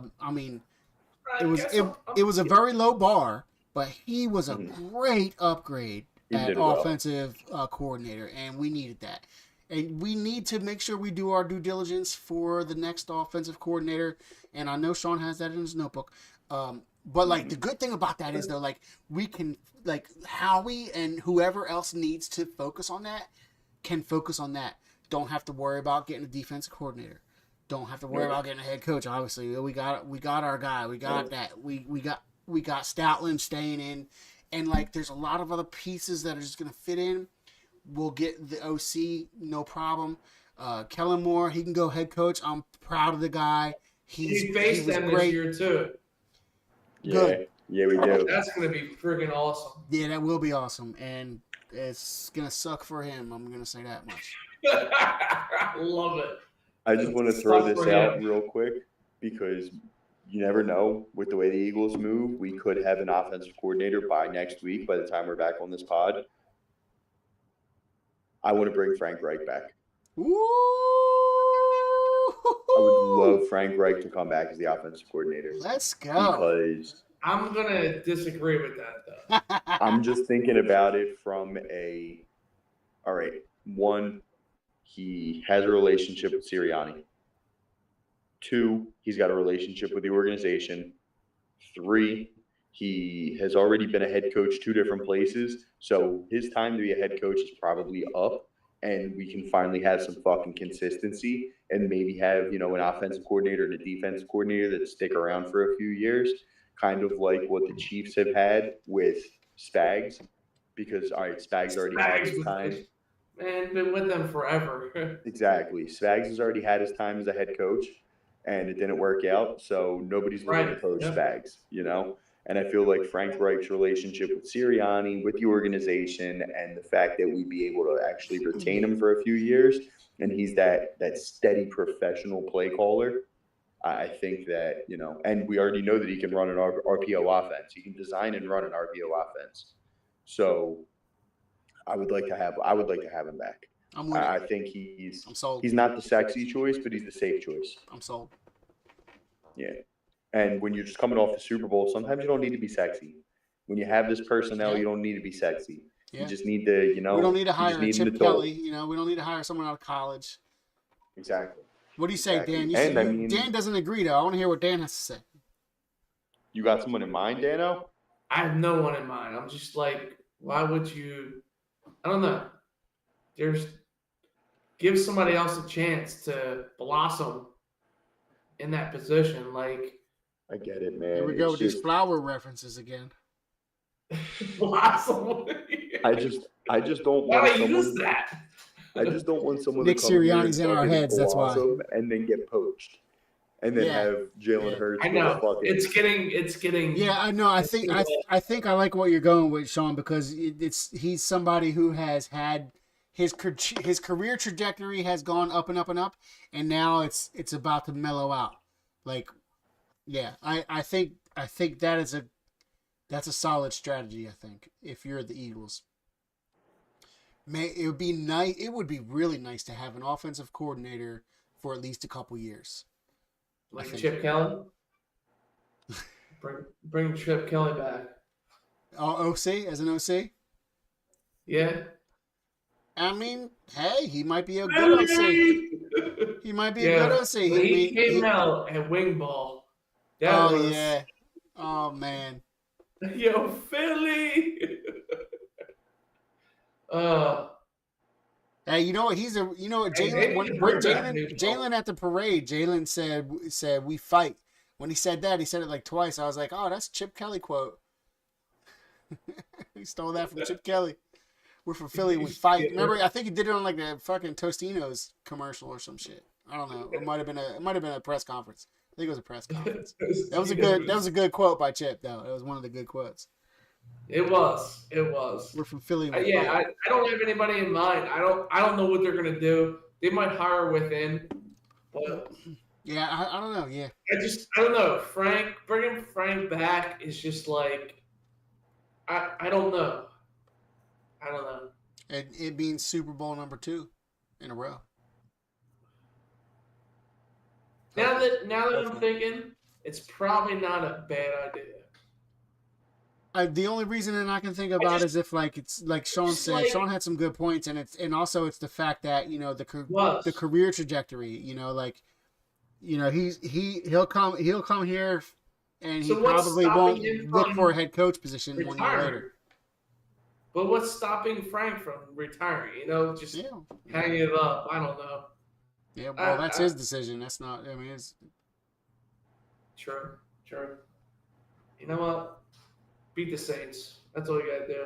Yeah, and the Cowboys, and the Commanders, and the Giants, and the rest of the NFC, and the Chiefs again. Now, let's go hypothetical next year, right? I think the rest of the AFC finally will see the blood in the water with the Chiefs. And I think that the Chiefs are gonna start going downhill now. I think that hopefully, hopefully for the rest of the AFC, the competency, whatever, I don't know. I really don't know. Like the Bills, they might be dead too. But hold on, I don't know if you guys talked about this earlier before I jumped on. We didn't talk about anything. Brown. Who? St. Brown from Detroit. Oh, Amon, yeah. This comment, yeah. Like, what he say? That's the problem. What he say? We keep getting this. I don't know what he said. Somebody, look, for the viewers who don't know what he said, and for me who doesn't know what he said, tell us what he said. He wants to play the Eagles week 1 and they'll whoop that ass, kind of in a sense. Cool. Saying that if they were healthy, that they would have beat us. Yeah, no way. If the Lions weren't killed by injury, they would have. Did you guys hear me say this before the NFC Championship game? I said I'd rather go to Detroit and play the Lions than play the Commanders at home. We would have fucking destroyed the Lions. We would have after I said that. Like the only reason I wasn't afraid, but the only reason I was saying I would rather play the Lions in that comfortable dome that they play in versus playing the Commanders in Philly is because the Commanders are the only team in the NFC playoffs that could potentially be able to get to us emotionally and take us out of our game because they did it well, and they did it by taking Jalen out of the game with an injury, and then also making CJGJ come out of his character. Well, not really out of his character, but making him get kicked out of the game. That's the only thought I had about the Commanders. That's the only thing that they have against us, that they can really just get that emotional chip. They were so chippy against us, and that was a true rival. The way they played us was very rivalry, and I really enjoyed it. But that's the only reason I said that. They're going to be. We would have went to They're going to be our tightest competition. Dude, we would have went to Detroit and fucking smashed them in that comfortable dome. Did you see what the Commanders did to them? The Commanders did to them here's the reason why. If you need a statistical or an anchor for why that would actually happen is offensive line, man. You need an offensive line to. They did have a lot of injuries, though. Yeah, their offensive line was decimated, and I think honestly that was the theme of was every team that we played. Every team in the playoffs didn't have a good offensive line except for us, because every offensive line has worn down. Injuries, they didn't last, and the Eagles' offensive line did, and that is probably the underlying factor, and that's the blueprint that Howie Roseman has put down.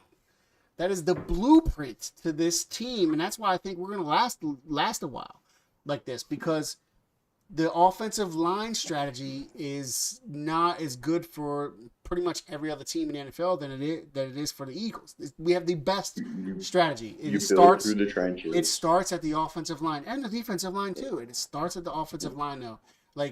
The Chiefs' offensive line was battered and injured, and they couldn't even handle our defense. And that is it.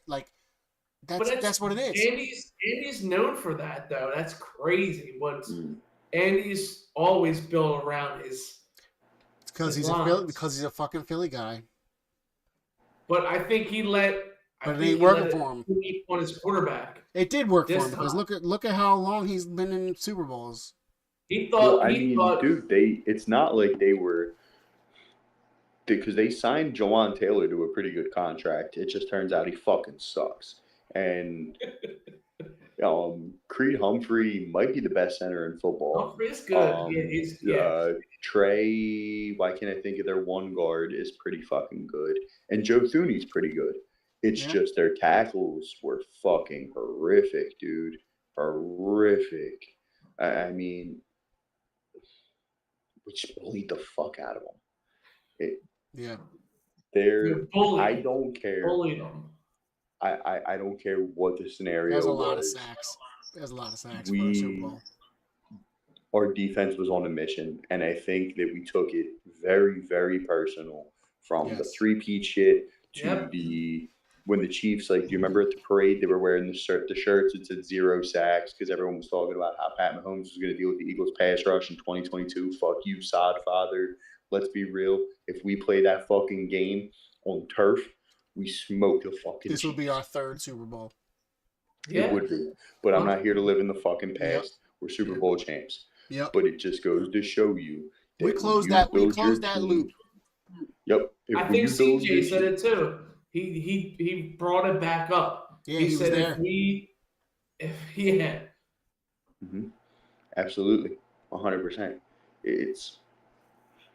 Listen, we got a long off season to talk about a lot of shit. Free agents and hypotheticals and the draft and coaching changes and this and that and this and that. All that matters is that this is the first QBFS off-season podcast, and we are fucking Super Bowl champions. Let's enjoy it. Fucking enjoy It it. feels so fucking good, man. It feels beautiful, man. It is just absolutely wonderful. Dude, man. my kid had like 2 days off from school because of the Eagles. She's loving it. She's loving it. I don't care. Awesome. I don't care because it's the Eagles. Like if it was because of like a snow day, I'd be like, come on, man. But Eagles, let's go. Eagles. Let's go. God, dude. All right. I'm getting to the point where I can barely hold my fucking eyes open. Good. Guys. Did you get through your whole notebook?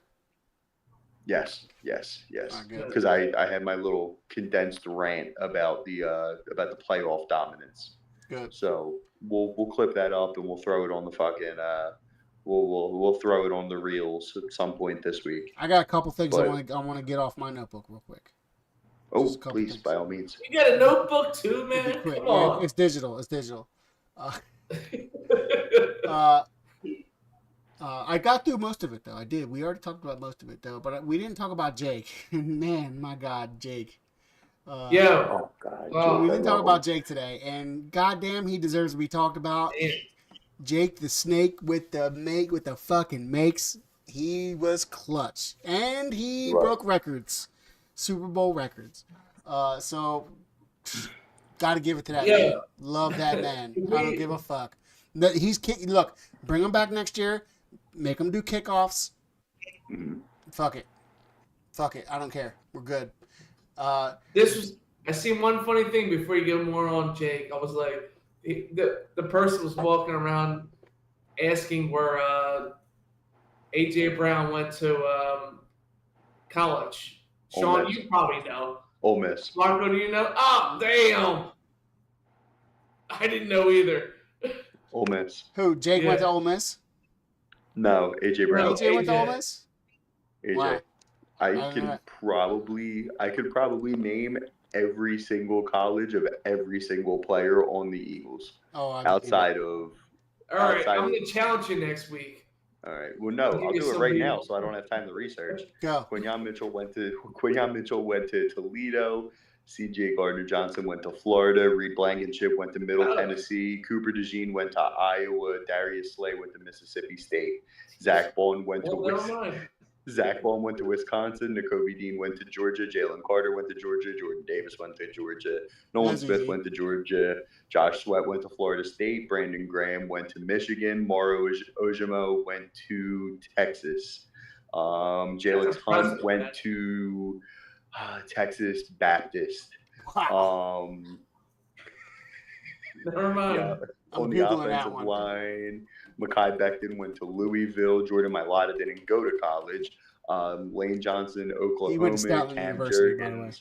He went to Salem University. Cam Jurgens went to Nebraska. Landon Dickerson started at Ohio State and then transferred to Alabama, where he also switched positions from center to guard.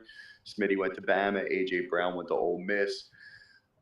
Dallas Goedert went to South Dakota State. Grant Calcaterra went to Oklahoma and SMU, graduated from SMU. Jalen Hurts went to Alabama and Oklahoma. Saquon Barkley went to Penn State. Kenny Gainwell went to Memphis. Will Shipley went to Clemson. Jahan Dotson went to Penn State. Johnny Wilson went to Florida State. Christ, man. All right, I'm going to say I only Googled one of the names you said and you got it wrong. What one? Jalen Hunt. Oh, where did he go?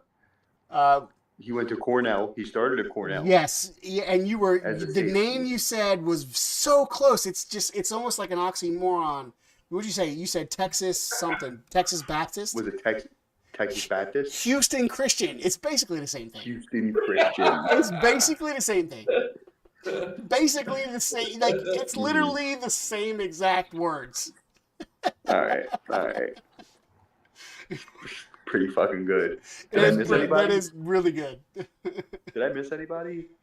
Probably, but I don't think I missed. I might have missed a few. I found your only You should drop the mic. off issue. Just drop the mic. Texas Baptist, Avante no. Maddox Houston Christian.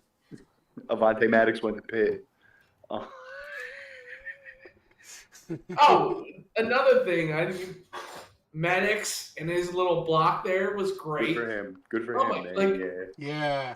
We could go on and on about the Super Bowl. Look, I got a couple things, man. I got a couple more things. Milton Williams, when he dunked it and got flagged, and Sirianni said, worth it. Oh, that was amazing. Oh, Milton Williams, Louisiana State. Nice. Or no. I'm wrong. Wait. I'm wrong. University of Louisiana. Nice. Nope. You're wrong both times. Or was he Louisiana Lafayette? Nope. No? Louisiana Tech. Louisiana Tech. Jesus fucking It was Christ. close. It Louisiana was kind of close, I guess. I mean, it's the same thing to me, if you ask me. The same. No, thing. it's not. It's a huge difference. There's the Louisiana Lafayette or the Raging Cajuns. Louisiana State is LSU, and then this is Tech. more wrong than the difference between Houston Christian and Texas Baptist. It's true. Yeah, Texas I'm not Baptist taking is credit for basically that. the same place. Yeah, I'm not taking credit for this one. I can't take credit for Milton Williams. Not in good faith. That's great. I'm glad I can use Google to fact check your ass. Did Jake Elliott go to Memphis? Oh, Jake Elliott.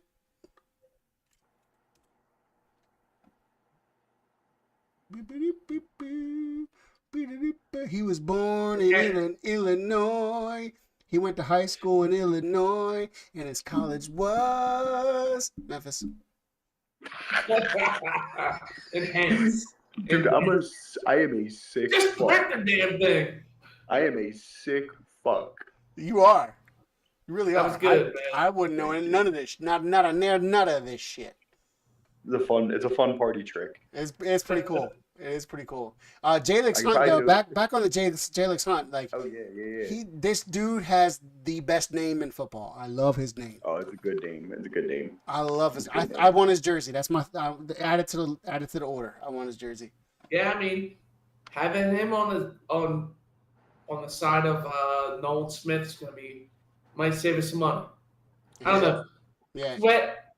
He showed up in the Super Bowl too. Another person who showed up in the Super Bowl. I don't have nothing. I don't have anything else other than a couple quotes. I'm going to leave you guys with.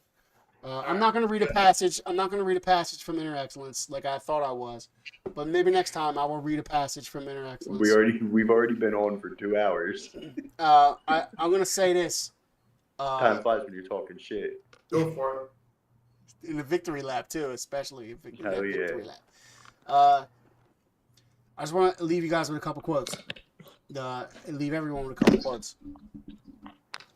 Success isn't built off of approval. It's built on strength and endurance. Jalen Hurts at the parade. You can't lose if you don't quit. Jalen Hurts at the parade. And finally, one last quote. Those are my Jalen Hurts quotes. One last quote from another leader of this team. I am nothing without the greatness of others. Nick Sirianni, all year long. Yep. It's our guy. What a legend. What a legend. This might be one of the winningest coaches in his time, and he still gets backlash from it. You know what, Nick? I feel the same way because I am nothing as an individual without the love and support and contributions of the QBFS team and the QBFS fans and countless hours of watching film like a sick fuck on Reddit and YouTube and wherever I can find a scrape of Bowling Green tight ends highlights. Nah, man, what a fucking year! This one's for everyone. Yep, this is for everyone, man. The first one was so sweet, and I don't know if we'll ever be able to replicate that feeling, just because we were just underdogs, and we took down Tom Brady and backup quarterback in the first one, 57 year, blah blah blah, all that shit. But this one, the first one felt like a weight was getting lifted off of our chest. Mm-hmm. This one feels like the start of, or a jewel in a golden era of Philadelphia football. And that's true. I just think how the score ended, it might have been a different feeling if we didn't blow them out. Mm-hmm. Maybe. We just pure domination, man. I think it would be different if it came down to like us sacking them. Yeah. And just winning it, something like that. I think we all knew this was possible, but I feel like in the back of our minds we knew that this was possible. We knew that this team was good enough to do some shit like this, but like we didn't really believe it would happen. Mm-hmm. We didn't believe it. Like, yeah, well, you know what? But I feel like it could, but I doubt it. I doubt that would happen. That wasn't. We all predicted the score, and the scores were pretty close. Yeah, they were all. I mean, I think all of our predictions were. I think the biggest one was like a 10-point gap. And it was probably me. I'm always the one that has the biggest score gap. Yeah, pretty sure it was you. I'm the optimist. But yeah, even beyond my wildest optimism, it was way higher than what I even imagined. Heavily Yeah. Heavily exceeded expectations. Oh, yeah. We're never going to forget this one, guys. Oh, yeah. We're never going to forget it. Ever. Yep. I'm sure everyone else isn't either. Belt to ass. Belt we to just ass. stopped the three-peat. Belt to ass. Belt to ass. We just took down our second evil empire. We defeated. Are we the new empire? Are we the empire now? Are we the new empire? I think so. Seems like it. Fuck it. Let's go. Fuck it. Dun, dun, dun, dun, dun, dun, dun, dun, dun. Let's go. I'll put my stormtrooper garb on. Green stormtroopers. Let's go. We'll fucking start locking it down. We'll start setting the rules.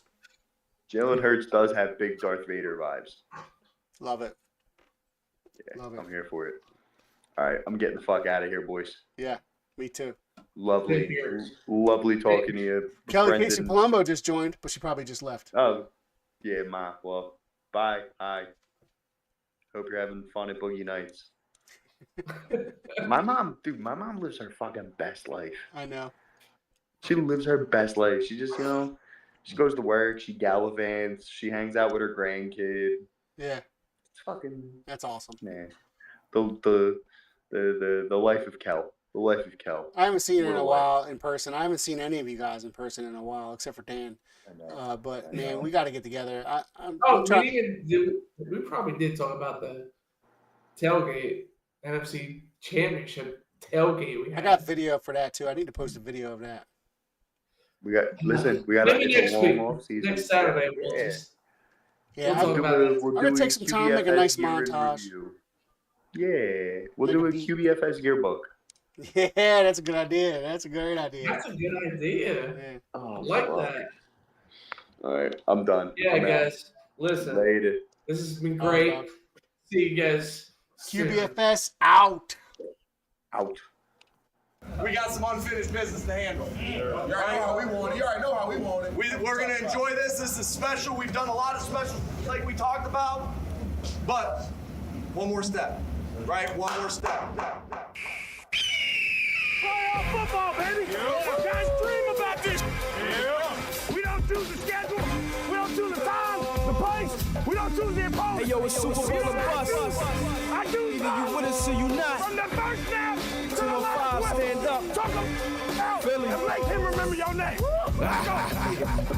We know you haters never thought that you would see us in another one. We about to go the distance like Jalen pitching and Saquon runs. Heavy, we already down setting, let your defense come. And they gon' hit a brick wall and crumble into pieces, cause war in the trenches about strength and inches, you getting none. Tell them about that O-line boss, piece to the Eagles front. Nothing can save you when you subject to an Eagles hunt. Got it over the middle, getting just what the people want. First down and move the chains, hurts the Brown through the fade. Eagles touch it down, cut to the crowd, going too insane. The pride and passion, how we feel about this Eagles team. And you can say whatever, if you doubt us, use a brazen lane. Nobody like us, we don't care, and that's the crazy thing. Love makes the grass grow, we live and die by this crazy game. You lose when Kenny gains, well covered Devonta claims. 50-50 ball, he gon' take it and all you get is frame. Posterage, you got Saquon juking and speeding through. Reverse hurdle, Quadzilla hurt him for y'all, they feelings too. Jake already know at some point we gonna be needing you. Things happen, let's move forward, we still believe in you. Kellen, we gotta kill him, show him how high the Eagles flew. Sirianni keeping them focused, that's what great leaders do. The city wants y'all to win because you deserve and need it too. Hella high water, go birds and go make your dreams come true. One more step, Saquon take him to ground and pound town. One more yard, Jalen make him reset the downs now. One more throw to Devonta Graham or A.J. Brown. One more win, and we taking away the game's crown. One more sack, Sweaty give him a taste of cold ground. One more hit, Brandon take it away, it's ours now. One more pick, CJ breaking and being zone bound. One more win, and we get the parade in our They say the defense wins championships, that's what the chatter be. Well, the Eagles got one hell of a unit equipped for battling. Vic Fangio is the mastermind of the savagery. Young talent mixed with hard-nosed old school mentality. Mayhem and destruction, the warriors earn the Valerie. Brandon Graham strips like of Jalen Carter's brutality. You want none with the Teflon Bond, king of the tackling. If Nolan gets penetration, quarterbacks is the casualty. Listen, I'm not about to give a rambling speech, but we gon' have to put these Eagles to commanders and chiefs. We the true beasts of the East, we're here to hunt and to eat. If you try to get in our way, you become a part of the feast. Compete, you shall not pass on big play slay. That reception turned interception, thanks CJGJ. Defended plenty of receivers, bet a lot of them say that they hated accommodations at Guantanamo Bay. Don't forget the vanilla thrillers in the secondary. Put the gene hit me like what he did to Derrick Henry. Like his shit, he know the script, keep opposition at bay. Milton Davis shove through the anchors, move him out of the way. Hit him hard, protect the ball and let the violence display. The locker room is the safe place where the option is stay. Hell yeah, we're Eagles fans, that's what we're proudest to say. With that Philadelphia fire when you got it Sunday.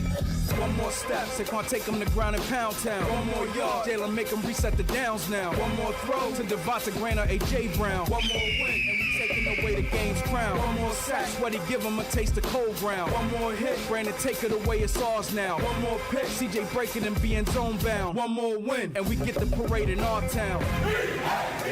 Yeah.